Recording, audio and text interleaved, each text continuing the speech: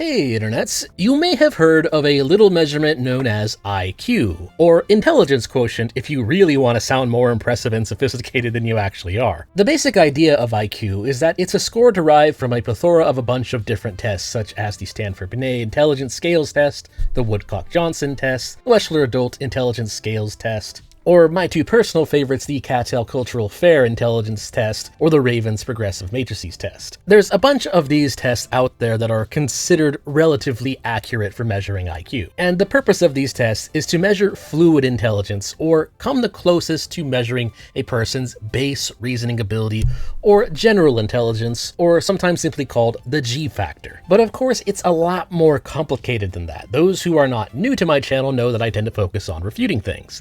And this video shall be no different. In this video, I'll be refuting and kind of setting the record straight on what IQ is, what it is useful for, and refuting a lot of bad takes. Of which there are many bad takes on IQ, because the thing about IQ is that while it is a simple measurement on its face, the implications it has about human ability and equality of opportunity, and really just equality in general, tends to create some issues, to the point where the mere existence of IQ and the question as whether or not it's a valuable measurement can sometimes be seen as fatal to various philosophical and political ideologies. And as such, an unfortunately high number of supposedly informational videos and books or just general social media posts about IQ are little more than ideologically motivated garbage, with the most common of the garbage being just misrepresenting what IQ really is. And so general intelligence, or the G factor, is chronically misunderstood. So here's a simple analogy about general intelligence that'll help you put it into perspective. Think about how we have something called general athletic ability. If you were to say take a professional hockey player and a professional soccer player, professional basketball player and a baseball player, and let's say we were to throw all four of these men into a regional marathon where pretty much anybody's allowed to participate. We could just throw them into the, say, Eugene Marathon, which is a pretty standard Pacific Northwest mass marathon. You can reasonably expect people from all ages and abilities to be participating in this. And the question here is, will our four professional sports players perform better than average in this marathon, or about average or worse than average? Well, of course, no shit Sherlock, they're gonna perform way better than average. Most people can figure this out, and it's pretty obvious, because despite the fact that a marathon doesn't match their sports specialty, there is such a thing as general fitness, and those things can be pretty easily measured. Things like muscle and body fat percentage, cardiovascular health, how much weight someone can bench, how high or how far a person can jump, etc, etc, etc. And of course, again, kind of a no-shit Sherlocker here, professional sports athletes tend to have better than average numbers in all of these things. And so that's how any rational person can pretty easily guess that they're gonna be able to run a marathon better than the average person. Remember this analogy, because interestingly enough, understanding this can actually help you refute a lot of the bad takes on IQ. But first off, I'm not using a sponsor for this video or selling anything, but if you want to help me out and help my channel out in terms of being able to continue making this kind of content, consider throwing some cash my way on my GoFundMe regards to my health. I've been personally suffering from a really irritating chronic illness lately that has resulted in a lot of irritating out-of-pocket expenses. It would really mean a lot to me, even if it's just a little bit. And if you can't, if you're also strapped for cash, don't worry, just enjoy the video. So let's now really get into the meat of things. Most of the disinformation surrounding IQ generally comes from two camps. The cult of woke, who want you to believe that IQ is a completely bogus, useless measurement that is entirely pseudoscientific and has no value, and anyone who disagrees with that is literally bad mustache man. But then on the other side of the aisle, you also get some wignots who drastically overestimate how valuable IQ is, treating it as it's the most important thing ever, while also citing a lot of low sample size study groups from 40 years ago that arguably aren't that accurate. And then they'll use that bad data to try and claim that all to brown peoples are subhuman or something like that. Now, both sides of this aisle are wrong, and it turns out that this is in fact one of those things where the truth is kind of somewhat in the middle of the two very different takes, but also kind of not. Yeah, it's nuanced, sorry, but not really. But an interesting thing about it is that a lot of the bad takes on IQ actually involve these two groups that are both wrong about IQ, debunking each other and pretending like that verifies their beliefs. A really good example of this is this one take recently from Channel 5. where they brought Professor Robert Sternberg on to debunk IQ. Spoiler alert, he did not actually debunk IQ. Rather, he actually demonstrated some of the most common misunderstandings of IQ. In fact, I'm starting with this take to refute because it kind of commits all the general sins. And when you understand why those are wrong, you'll become capable of spotting most bad takes on IQ on your own. Now, he stated, and I'll just quote him here, "These tests were made for the purpose of figuring out who's going to do well in school. It doesn't predict terribly well too many kinds of real-world successes. There's so much it doesn't tell you that it doesn't tell you about emotional intelligence, creative intelligence, common sense, wisdom. There's so much more to a person than just their IQ. I would say the major problem has been what's sometimes called scientific racism, but it's not really scientific." And so yeah, this statement just has so many problems with it. The first of all is it doesn't actually debunk IQ at all, because it commits the sin of drastically misrepresenting what IQ really is by building up a straw man of it and then taking it down. IQ doesn't claim to tell you everything about a person. It doesn't claim to tell you whether they're emotionally stable or not, or emotional intelligence, whatever the heck that's supposed to be, or how creative they are. IQ is never meant to be the end-all be-all of measuring intelligence. It's not supposed to tell you anything about their knowledge or wisdom about certain topics. For instance, IQ obviously doesn't tell you how well someone can paint a picture, but that doesn't mean that IQ as a measure is useless. You see, the logic flaw that he's committing here is kind of going back to that analogy I mentioned earlier that hopefully you remember. The one about all those professional sports athletes performing in a general marathon, and how there is such a thing as general physical fitness. Imagine if someone tried to tell you that a general physical fitness exam or general physical fitness measures don't count and don't matter because they don't tell you how good somebody is at baseball or hockey or soccer or whatever. Therefore, there's no such thing as general physical fitness, which of course would be a completely absurd argument, but that's actually the argument that this guy is kind of making in regards to general intelligence, or IQ. And yet I see this misconception a lot. A lot of people assume that, oh, someone has an IQ of 140, therefore they must know a whole lot about, say, for example, the history of the Middle Ages. Well, no, actually, IQ doesn't tell you anything about that because that's not what IQ is measuring. But that doesn't mean it's useless. It's actually a very useful tool, just like general physical fitness is a very useful tool of measure. Because what it's really giving you an idea of is potential. Just like if you were to take two people with one guy being short and fat and just in general poor cardiovascular health, and then take another guy who's 6'8", low body fat, which usually they are if you're that tall, and capable of running 5 miles relatively easily, and let's just say these two guys have never played basketball before. And yet it's very obvious which one of them has better potential to perhaps one day go pro, because he possesses general aspects of what would be good for the sport. Similarly, someone who can perform very well on tests of basic cognitive ability and can solve pattern recognition with ease, versus say someone who's very slow at these things, well, which one of them would you say has a better chance of being a physicist one day? And the answer, of course, is the former guy. And so, of course, when you look at the average IQ of physicists, you find out that they are very significantly above average. In fact, it's very difficult, if not impossible, to find one with an IQ below 90. But the interesting thing is, though, is that even though IQ doesn't seek to measure emotional intelligence, whatever you mean by that, a lot of times G scores do actually tend to, interestingly enough, correlate with these things quite well. There's actually a book out there that refutes a lot of what Sternberg has to say about IQ. In the Know, Debunking 35 Myths About Human Intelligence. And it has a fun little excerpt that kind of emphasizes the problem here in the conclusion. Ironically, every attribute Sternberg has claimed for practical intelligence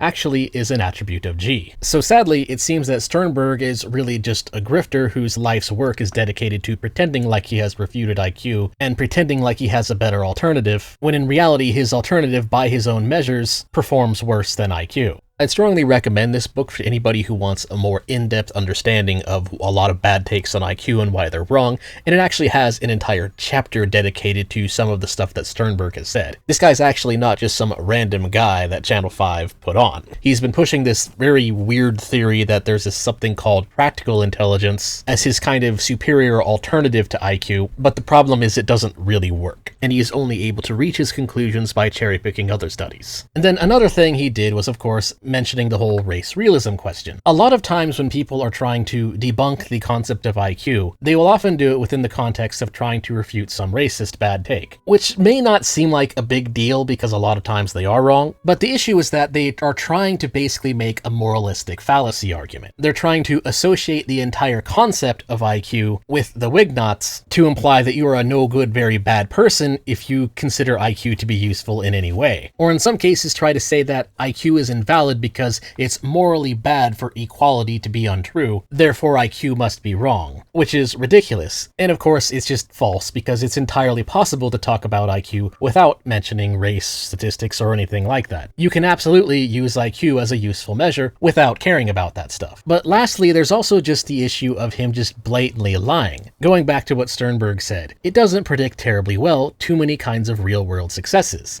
That is just blatantly not true. There's several studies that prove that this is not true. And so on that note, we can now just move on to general data about IQ and general bad takes on IQ that go beyond what Sternberg had to say. For instance, one study on ResearchGate from Frank L. Schmidt is effectively a meta-analysis going through hundreds of years of data, which confirms that GMA predicts success better than anything else we have. Which GMA is just general mental ability. It's just a fancy way of saying IQ. Predicting job success better than a lot of things you wouldn't expect it to predict better than, like grade point average and years of education, for example, and even job knowledge tests, which is interesting because it's predicting job success better than the tests about the job. And again, it's important to emphasize that this is 100 years of data, which means it effectively refutes another common argument, which is the correlation does not imply causation argument against IQ. It's another very weird argument I occasionally see people make, and while it is true, pedantically, that correlation does not imply causation, the problem is when you have multiple decades of data showing effectively the same trends in comparison to a lot of other data factors, the chances of there being no causation in the effect starts to drastically decrease until it's effectively near zero. So whenever you see someone say link to their Substack claiming that they've debunked IQ and what they have to say is effectively just correlation does not imply causation, that is pure cope. And this has been repeated in several other studies like Hunter and Hunter, and another study that specifically looked at the profoundly gifted, those who are top 1 in 10,000 in terms of their IQ score, and found that those who are identified as gifted as children tend to perform above average on pretty much everything they do throughout their life, with the majority being able to attain a PhD. I'll be including a lot of these sources in the description below, by the way, in case you want to read them for yourself, because I have had people request some of the better data on IQ, and so that will exist for those of you who want it. Another argument that's somewhat related to saying that IQ is just a correlation not implying causation issue is claiming that it's a confusion of cause and effect. So the standard chicken and egg scenario, which came first, the chicken or the egg? In this case, it's which came first, the IQ or the socioeconomic status. And so naturally this breeds the argument against IQ that IQ is just the result of socioeconomic status, and therefore the people who perform poorly on these intelligence exams are simply less privileged. That if they had a better socioeconomic status to begin with from their parents, then they would perform better on the IQ test, and therefore they argue that IQ is actually just a measure of how privileged you are. There are several problems with this take. The first and kind of most obvious of these is that it's very easy to look at someone's IQ when they are young, then see how they did later in life while just controlling for socioeconomic status. For example, you can just simply look at middle-class only families, living within the same state, of course, and then just simply look at whether or not kids who perform better on these cognitive intelligence tests ended up performing better later in life than the kids who did not perform very well on the tests. Studies like this have been done pretty exhaustively, and they have regularly found that, yes, when you control for socioeconomic status, the G factor still matters, and is still a very good predictor of success in life. Another thing you can do to solve the chicken and the egg question is to look at the parents, and then compare the parents to the child, and then compare that to IQ. And what you'll find are things that very much contradict the claim that the G factor starts with a socioeconomic status. So for instance, in economic mobility, if a child has a higher IQ than their parents, then they will have better socioeconomic mobility pretty much throughout their life. And if the child's IQ is lower than their parents, then there's actually a chance that they will have lower mobility. They may actually move down. They might actually perform worse than their parents. And this, of course, is just looking looking at things later in life, thus again effectively disproving the chicken and egg question. If IQ was completely meaningless in this situation, and it was socioeconomic status that was the egg, then we shouldn't see anything like this happening over time. For example, a child born to a working class family with an above average IQ should not be able to regularly outpace a child born to an upper middle class family with a 90 IQ or below. And yet they do. It happens all the time. In fact, if you have to choose between a working class family and above average general intelligence, or having a middle class family birth and scoring as below average on general intelligence as a child, the data proves that you are better off actually being born to a working class family while being tested as higher than average on a general intelligence as a child. There's also a somewhat similar argument that kind of goes hand in hand with the chicken and egg of socioeconomic status, that, oh, it's not so much general intelligence, but rather it's their personality that matters. And then, yeah, it's true that these things matter, but still G tends to come out on top.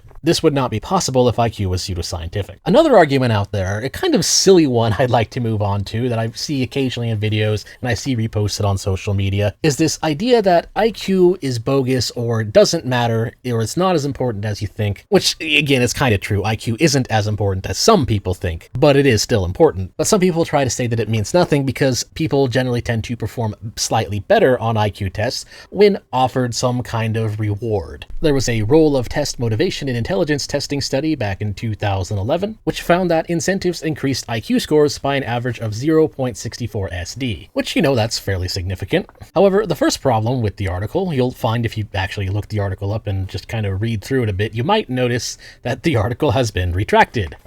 Let's just read the retraction note real quick. In January 2025, we became aware of a recently retracted article by Refuting that contributed to the meta-analysis in study 1 of our PNAS article. Reanalyzing the data without the retracted study does substantively change the results of the meta-analysis, reducing it from 0.64 standard deviation to 0.47. And then of course they further found publication bias, strong evidence of publication bias for all 4 tests. Adjusting for publication bias using trim and fill reduces the estimated effect size to a more plausible effect size, G equals 0.16. The publication bias corrected estimate no longer achieves statistical significance. And yet sadly I still see a few videos out there that still cite this. But here's the interesting thing. Let's pretend that this retraction didn't happen. Let's pretend for a moment that this is completely exactly as first initially claimed. In this hypothetical scenario, this wouldn't actually really prove what people think it proves when you really think about it. Because all it would really show is that if someone has an incentive to have greater cognitive focus, because they may get a reward for doing so,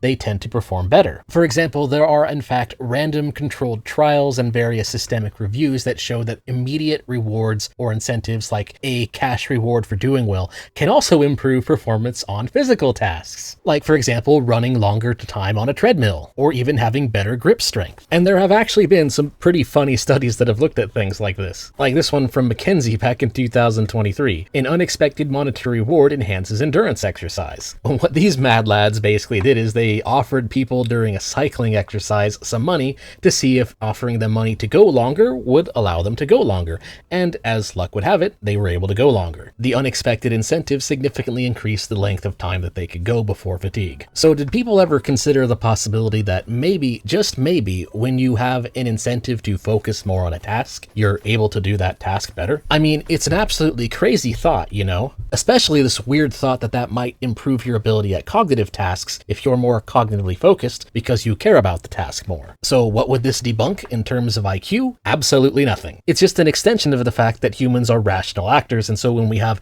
a rational reason to go for something, we're able to find better ways to get it. What? Really? If you have a reason to put more effort into something, you tend to do the thing better? Wow.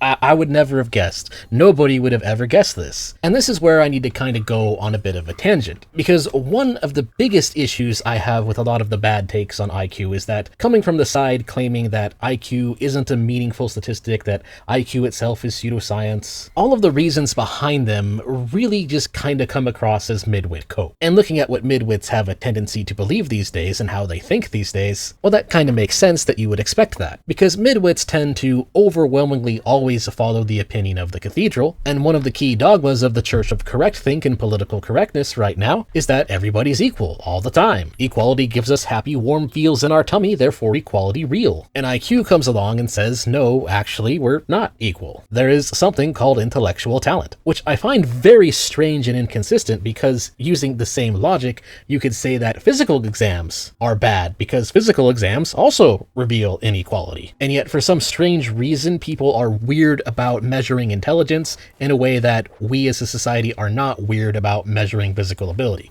We're perfectly happy accepting the fact that, yes, someone who is 6'8" is probably going to have a leg up on potentially being a professional basketball player one day, but then you kind of point out that, oh, hey, there's this cognitive reasoning exam that we can give to kids, with versions you can also give to adults to test other things, which can predict various aspects of future success, because it shows how good their innate reasoning ability is. And yet, for some reason, Midwits just completely lose their minds over that. It's a really weird contradiction, and I really hope that we can kind of move past this as a society one day. And the more you think about this contradiction, the sillier you'll realize it is, because it's effectively just a personal incredulity fallacy. When it comes to the physical and the fact that we don't have physical equality in terms of physical athletic ability and whatnot, well, it's kind of obvious. It's right in front of your face. If you see some dude in a wheelchair sitting there next to a gym bro, well, it's fairly obvious who's probably going to be able to perform better in just about every physical task, because you can see it. But with intelligence, the idea of general intelligence, the G factor, well, it's a little bit more invisible. Who's smarter, the guy sitting in the wheelchair or the gym rat? Interestingly enough, it's actually more likely to be the gym rat, but that doesn't matter. The key thing is that because it's not immediately obvious, people instead just kind of opt to whatever fits their ideology. And so because it's harder to figure out who has more general intelligence, a lot of midwits will just go by incredulity and conclude that it isn't real. It's ridiculously intellectually dishonest. Another bad take is just kind of the general nirvana fallacy. Similar a little bit to what Sternberg had to say earlier about, oh, it doesn't tell you anything about a person's emotions or EQ, therefore IQ isn't the thing, practical intelligence, whatever. But in this case, they're just saying, oh, IQ isn't everything in general, therefore IQ is debunked. Like this one from Science Daily. Scientists debunk the IQ myth. Notion of measuring one's intelligence quotient by single standardized test is highly misleading. Utilizing an online study open to anyone, anywhere in the world, the researchers asked respondents to complete 12 cognitive tests, tapping memory, reasoning, attention, and planning abilities, as well as a survey about their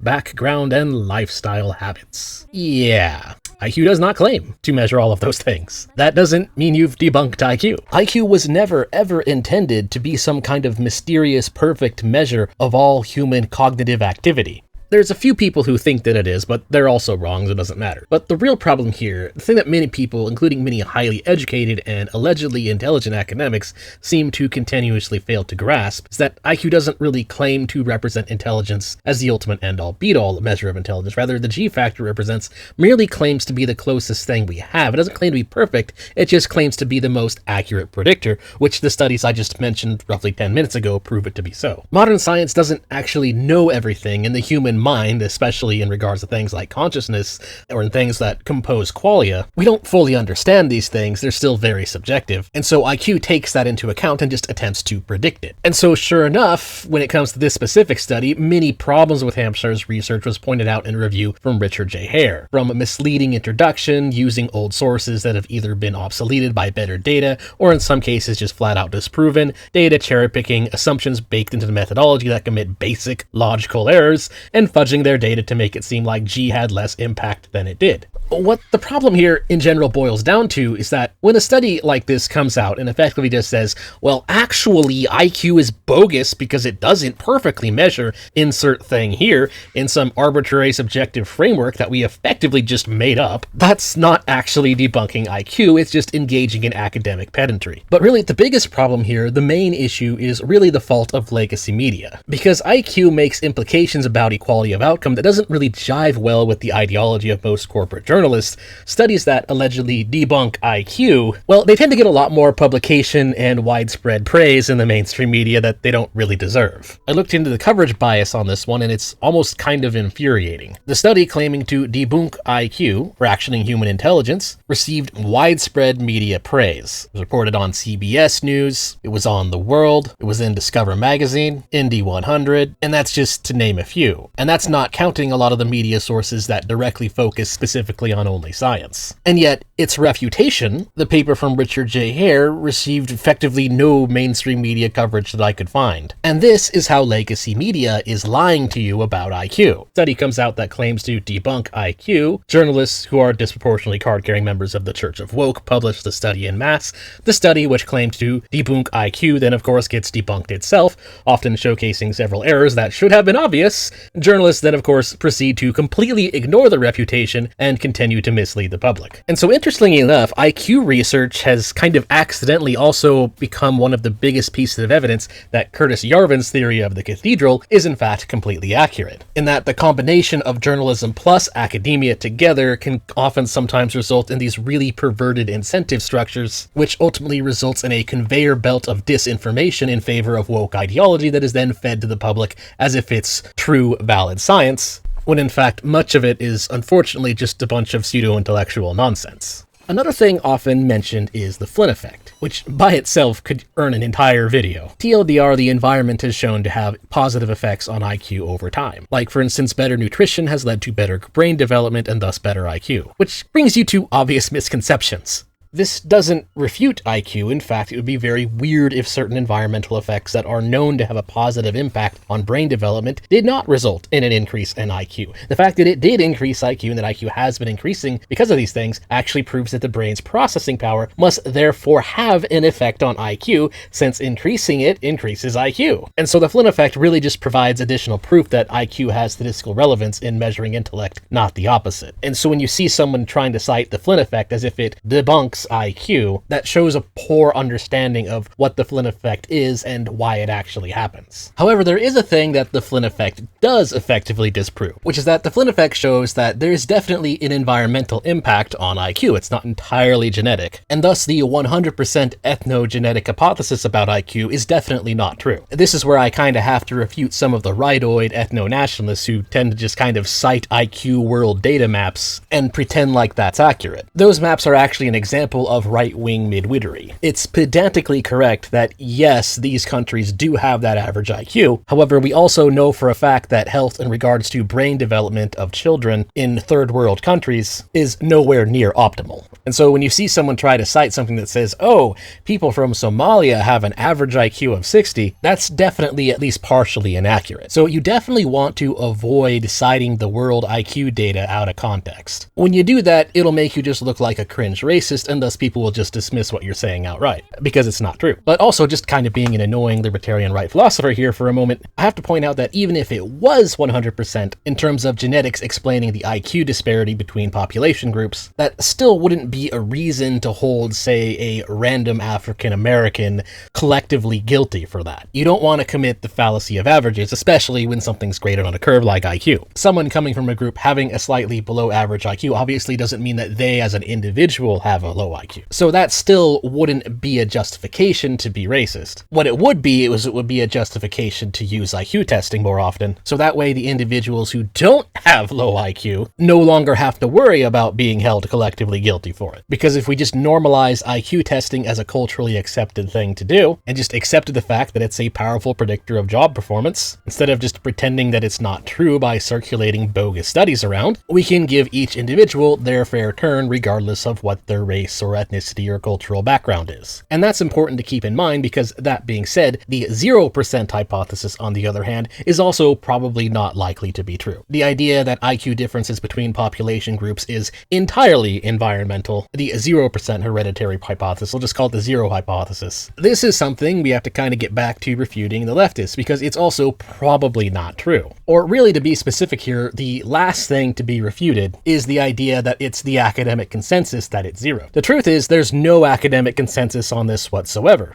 We actually don't really know what the true genetic or environmental impact is, other than it's probably something between 100 and 0. What you'll see instead, mainly if you go through the media on this, is that we just kind of pretend for the sake of political correctness that the 0% hypothesis is true, because that makes people feel better, and of course is more in line with the dominant cathedral-lite ideology. And to answer this last question, because a lot of people care about this one more than anything, I personally don't think it's something that should be as big of a deal as people make of it. I've actually said before, I really don't like the race realism debate because it's kind of dominated by people who either believe it's 100%, so you get an ethno-nationalist arguing that it's 100%, and then you get a woke-toid arguing that it's 0%, even though both of those positions are probably false and ideologically motivated. And so a lot of debates just end up being really intellectually dishonest and annoying. One thing you can do to kind of avoid that is actually use AI. AI is still very much Midwit coded, it gets a lot of things wrong, but what AI is useful for is it's actually a really good search engine. It will consistently give you whatever the establishment position is, and if you ask it to cite its sources, it'll generally give you a decent link. And what's interesting here is that if you ask AI about the genetics or environmental question of IQ, and you ask that question in different ways, you'll get very different responses. For example, ask Grok, why do certain races have lower IQ? What does the media say? Cite link sources. The response I got here was that it's entirely or primarily dedicated to environmental and cultural factors, not genetics. And of course it cites Wikipedia as the source, citing things like histories of discrimination and differences in socioeconomic status, etc., etc. This is pretty much entirely expected, as Wikipedia likes to rely primarily on secondary sources,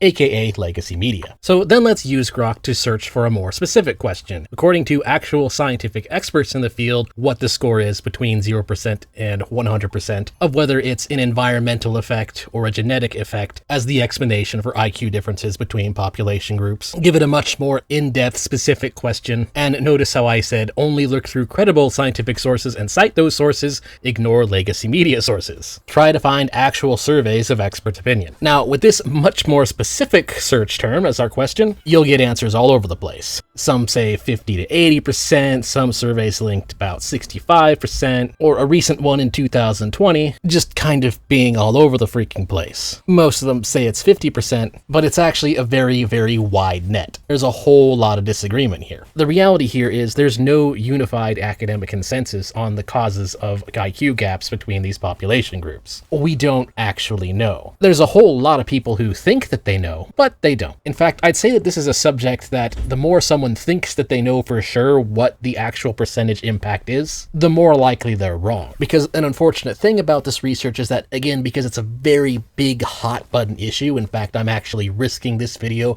getting shadow banned and demonetized just by mentioning it, just because of how much political correctness surrounds the subject. It's unfortunately kind of seen as a taboo, dark scientific art to even go over it, which means that there's actually not really even enough research to know for sure, because even the research itself is often seen as taboo. And that's kind of where the IQ question is currently at. The TLDR key things to take away from this video is that IQ is definitely a valid indicator of general cognitive ability. However, that means more like mental processing than things like knowledge or wisdom, etc. And that the attempts to refute this are pretty much all Midwit code. With this X post from Zontar being a pretty funny way to summarize it. IQ is one of the only facets of psychology that isn't stuck in the replicability crisis due to over a century of academia trying and failing to disprove it. But at the very least, hopefully we can stop seeing stupid things like this, where we see a general bog standard conservative influencer like Matt Walsh taking IQ statistics of Somalia way out of context,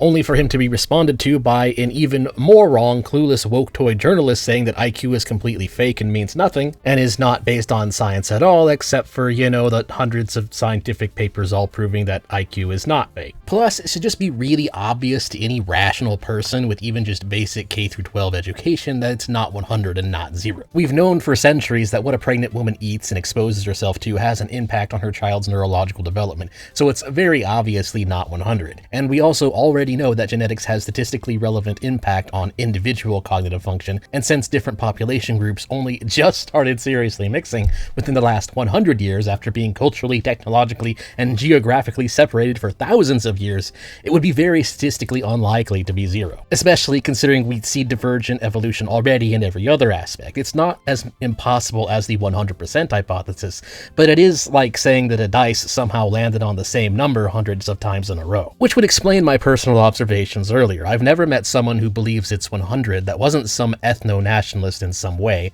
and I've never met anyone who thinks it's 0 who wasn't either some clueless NPC who gets all of their takes downloaded directly from MSN, or some brainwashed woke-toid with their head firmly planted in the sands of the moralistic fallacy. The level of wrongness is just a really sad sight to see, so hopefully now people can start being less wrong on this one. And so that's all I have to say. Thanks for watching. If you want to support me, you can do so on Ko-Fi, Subscribestar, by buying some merch, or again, donating to my health fund. Or of course, you can just like, share, and subscribe. But for now, again, that's all. That is the end of the video. Thank you very much for watching. Till next time.